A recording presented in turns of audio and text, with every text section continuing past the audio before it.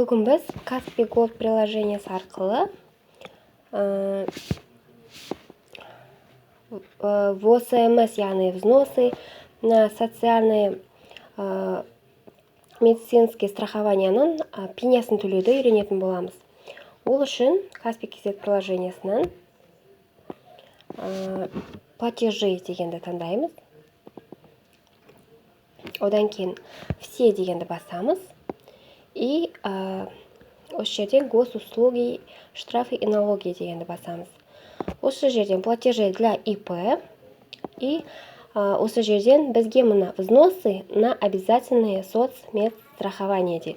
Осының пенясын төлеу үшін төбедегі отчисление на обязательное соцмедстрахование дегенге кіреміз.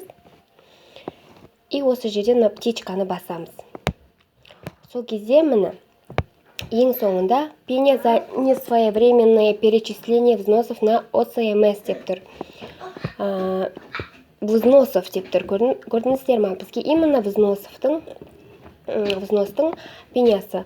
Мына осы КНП 124 осыны таңдаймыз. И сәйкесінше периодын таңдаймыз. Пеняға любой айды таңдай бересіздер. Егер сіздерде ИП-да қандай да бір төлемнен пеня жүрсе, кез келген айды таңдап төлей бересіздер. Ештеңке қылмайды. Бәрін бір платежбен барлық пеняны бірге төлеп жүрсеңіздер болады. Енді тересіздер. Одан кейін ин работника.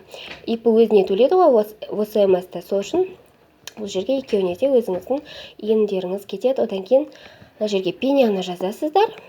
И капати деп арғарай төлеп жібересіздер. Болды. Осылай түсінікті.